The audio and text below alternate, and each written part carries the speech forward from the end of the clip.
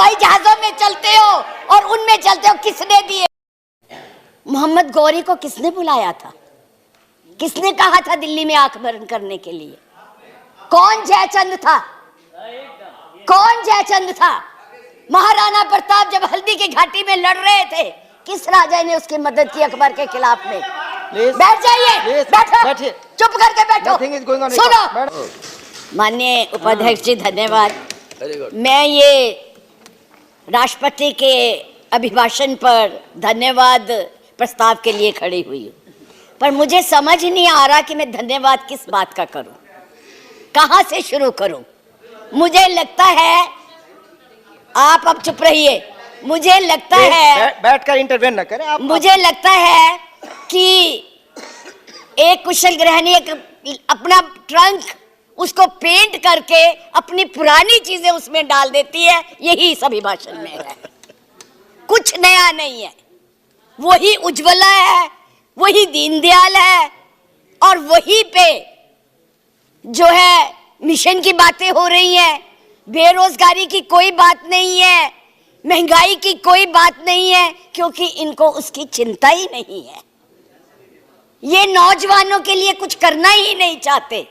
आज विद्यार्थी जो पूरे देश में झंडा लेके खड़े हैं, उनको अपने भविष्य का फिक्र है कि हम डिग्री तो ले लेंगे पर नौकरियां कहां से लाएंगे, क्योंकि इस अभिभाषण में उसका कोई जिक्र ही नहीं है।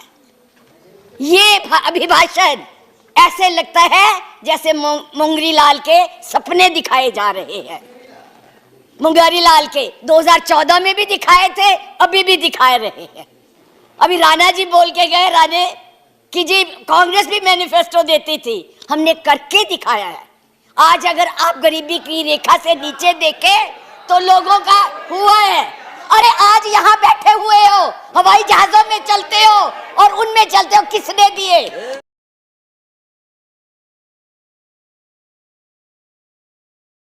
किसने बनाए? आज स्कूल, कॉलेज, यूनिवर्सिटी किसने बनाए? आईआईटी किसने बनाई? एमएमटी किसने बनाई? जिसमें आज आप दिखाई दे रहे हो। क्या किया है 6 साल में? केवल भारत को तोड़ने की कोशिश की है, भारत को बांटने की कोशिश की है, और कुछ नहीं किया है। मास वही करो। आज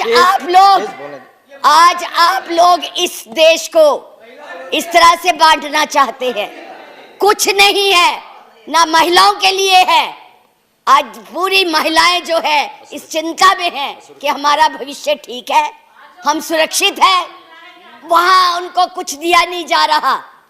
और मैं ये कहना चाहूंगी कि मैं पूछना चाहती हूं, क्योंकि आप बहुत इतिहास के बखे हुए हैं, मोहम्मद गौरी को किसने बुलाया था? किसने कहा था दिल्ली में आंख बंद करने के लिए? कौन जयचंद था? कौन जयचंद था? महाराणा प्रताप जब हल्दी की घाटी में लड़ रहे थे, किस राजा ने उसकी मदद की अकबर के खिलाफ में? बैठ जाइए, बैठो, चुप करके बैठो, सुनो। मैडम प्लीज, आप चेयर को एड्रेस करें मैडम, प्लीज। इस तरह की भाषा ये एक भील जाति के लोगों ने महाराणा प्रताप का साथ दिया था। कहां थे तब? आज बात करते हैं देश को आजाद कराने के लिए अहिंसा का पाठ पढ़ाया। आप क्या जाने अहिंसा, जो लाठी लेके तो ट्रेनिंग देते हैं, आज लाठी की जगह बंदूक और रिवॉल्वर आ गए हैं। और हमने सिखाया आपको अहिंसा, आपने सिखाया है जनता को हिंसा, नफरत। पर बोले, इधर बोले, और चेयर को एड्रेस करें प्लीज। आप चेयर को एड्रेस करें। और आज तो मैं उपाध्यक्ष जी देशद्रोही की भी परिभाषा पूछना चाहती। क्या है देशद्रोही की परिभाषा? किसको देशद्रोही कहते हैं? मुझे याद है जब कम्युनिस्ट पार्टी ने भारत की आजादी को नहीं माना था, 4 साल के लिए बैन कर दी थी, लेकिन उनको देशद्रोही नहीं कहा था। नेहरू ने, सरकार ने देशद्रोही नहीं कहा था। पंडित नेहरू के खिलाफ लोकसभा में वाजपेयी जी बोलते थे, उनको देशद्रोही नहीं कहा था। आज कोई भी आपके प्रधानमंत्री के खिलाफ, आपके गृह मंत्री के खिलाफ, उनकी नीतियों के खिलाफ बोले, वो देशद्रोही हो गया है। उनको जेल में डाल दो, उनको पकड़ लो। 6 साल के बच्चों को भी नहीं आप तो छोड़ रहे, आप क्या करेंगे? आपके पास ना तो कोई कार्यक्रम है, ना आपके पास भारत के लिए कोई नया सोच है, कुछ नहीं है। केवल एक सोच है कि कैसे इस देश को तोड़ा जाए। 70 साल में और उपाध्यक्ष जी हमने पाकिस्तान का इतना नाम नहीं लिया था जितना ये 6 सालों में ले रहे हैं। हमारी महानायिका ने पाकिस्तान के 2 हिस्से कर दिए थे, बांट दिया था, और ये आज पाकिस्तान के नाम से डरा रहे हैं और वैसे कहते हम बहुत मजबूत है। हर बात के लिए पाकिस्तान, हर बात के लिए पाकिस्तान। क्यों भाई, क्या है वो? आपका कुछ लगता है? हाँ, जरूर लाहौर में जरूर बिरयानी खाने गए थे, कांग्रेस नहीं खिलाती, बिना बुलाए गए थे। और आज बात करते हैं, किसकी बात करते हैं? मैं ये कहना चाहूंगी कि इस भारत को मत तोड़िए। बड़ी मुश्किल से पटेल नेहरू ने इकट्ठा किया है, आप तोड़ रहे हैं। आप नहीं कहते हैं, आप तोड़ रहे हैं, इसका विभाजन कर रहे हैं, लोगों को बांट रहे हैं। मैडम आप चेयर को एड्रेस करें, आपस में चर्चा ना करें। मैं उनको एड्रेस ही नहीं करती जी, मैं उनको समझती कुछ नहीं हूँ, वो है ही कुछ नहीं, जिनको बोलने की समझ नहीं है उनसे क्या बात करनी है। मैं तो ये कह रही हूँ कि इस देश को मत बांटिए, इस देश के टुकड़े मत कीजिए, नफरत मत फैलाइए। बहन जी चुप रहिए, अपनी बारी में बोल लेना जो बोलना होगा, अब चुप करके बैठी रहिए प्लीज। अब देश के टुकड़े मत कीजिए। आज जो हम इस स्थिति, आपका इसी सीए ने, आज जो आपका एक ही देश था, पाकिस्तान आपसे नाराज, चाइना आपको कुछ नहीं समझता, नेपाल भी आपसे खफा हो गया है, और बांग्लादेश था जिसको भी आपने इस सीएए से नाराज कर दिया है।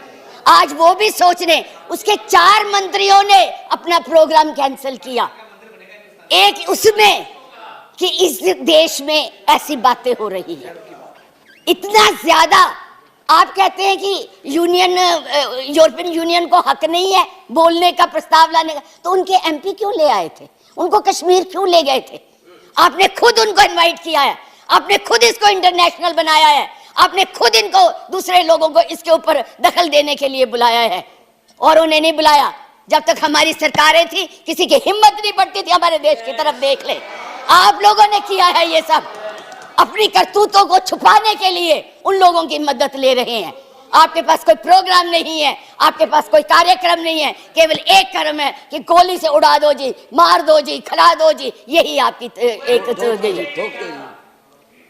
यही आप करने जा रहे हैं। इसलिए मैं आप लोगों से कहती हूँ कि इस देश को मत बांटिए, इस देश की एकता को बनाए रखिए। इस देश में जो भी यहाँ है, आज वो सदियों से रह रहे हैं, अभी नहीं आए हैं। अब पाकिस्तान और बांग्लादेश, अरे भाई वो तो है ही इस्लामिक कंट्रीज, उनके बारे में क्या बोलना है?